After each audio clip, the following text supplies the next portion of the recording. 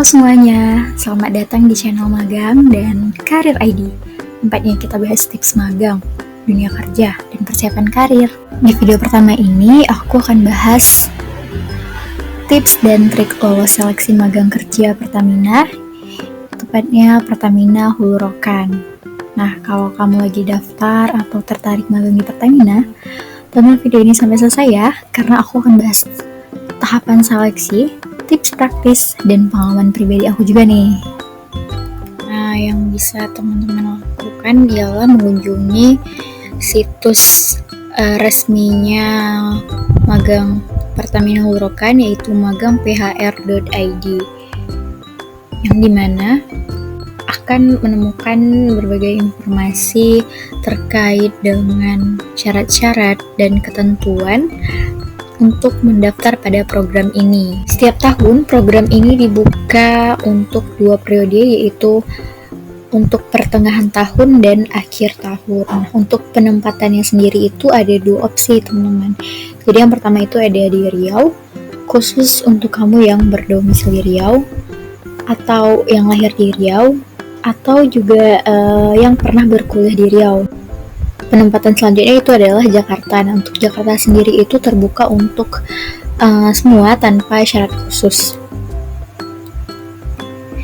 Nah, baik, langsung saja kita masuk ke alur atau tahapan seleksi magang Pertamina Hulu Rokan. Jadi, pada saat teman-teman membuka web magang.phr.id, di sana teman-teman akan diarahkan untuk membuat akun dengan mengisi data diri seperti nama, jurusan, email, dan lain sebagainya.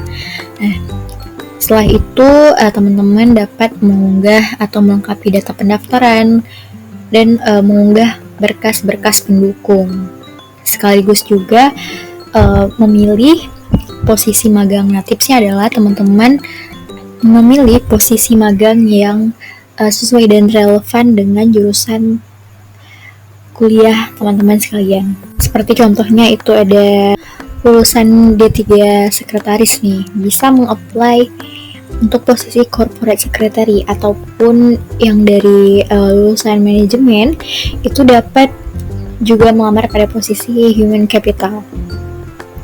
Nah, setelah teman-teman mengcopy semua data dan mengeklik submit, kemudian data diri teman-teman akan di screening dan dilihat apakah sesuai dengan syarat dan ketentuan yang telah mereka tetapkan. Tahap selanjutnya itu ada seleksi tes online TPA, yaitu tes potensi akademik. Nah, apabila teman-teman lolos screening awal, teman-teman itu akan dapat link ujian TPA atau tes potensi akademik melalui email. Di sana akan ada link ujiannya dan waktu untuk pengerjaannya. Maka dari itu teman-teman selalu cek email secara rutin, termasuk ada spam folder ya.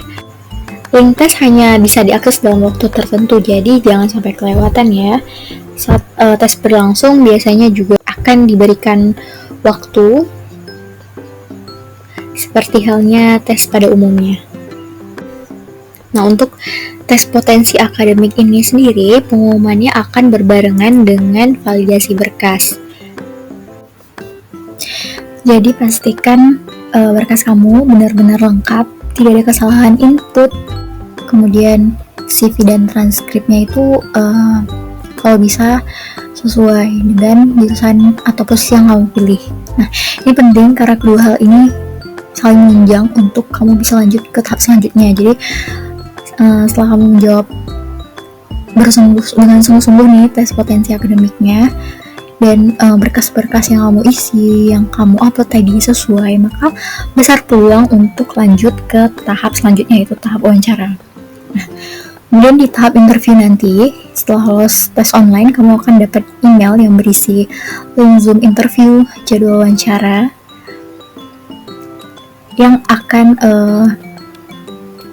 mengantarkan kita bertemu HR-nya. Jadi di link Zoom-nya itu kemudian nanti ada breakout room yang dimana berisikan si pewawancara atau HR dan kita sendiri. Untuk wawancara ini bisa berlangsung sekitar 10-15 menit nih teman-teman. Jadi pastikan koneksi internet kamu stabil dan kamu siap jawab pertanyaan seputar pengalaman kerja. Nah, selanjutnya itu ada tahap medical check-up atau pemeriksaan kesehatan. Jadi setelah sudah sampai ke tahap ini, itu tinggal menunggu pengumuman kelulusan akhir, yang dimana akan ada pengumuman mengenai kamu kan diterima atau tidaknya pada program magang kerja PHR ini. Nah, di sini ada berkas-berkas yang harus teman-teman siapkan nih pada saat mendaftar untuk seleksi program Pertamina.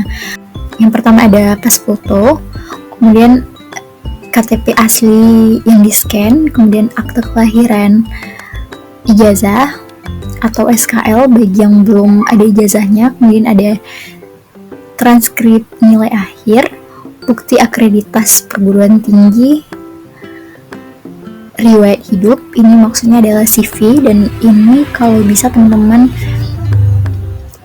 menggunakan CV ATS friendly. Dan yang terakhir itu ada kartu BPJS Kesehatan yang kategorinya adalah opsional, jadi boleh di-upload atau diisi dan boleh tidak. Nah, kalau teman-teman pengen tahu nih untuk di tes online-nya atau tes potensi akademiknya materinya apa aja sih? Jadi yang pertama itu ada materi numerik, kemudian materi penalaran, materi spasial, materi verbal, bahasa Inggris, dan yang terakhir itu pengetahuan dasar Microsoft Office dan email. Jadi ada 6 subtes yang akan diujiankan pada tes potensi akademik. Untuk waktu pengerjaan itu sekitar 60 menit teman-teman. Jadi dengan subtes yang sebanyak ini, waktu yang singkat, jadi teman-teman diharapkan bisa banyak-banyak berlatih untuk membiasakan time managementnya kita. Jadi rencananya juga aku bakal membuat video khusus yang membahas soal-soal tentang tes potensi akademik berdasarkan pengalaman pribadi aku. Semoga video ini bermanfaat buat kamu yang sedang atau akan mendaftar. Kalau kalian punya pertanyaan, tulis di kolom komentar ya. Jangan lupa like, comment, dan subscribe supaya kamu gak ketinggalan video selanjutnya. Terima kasih.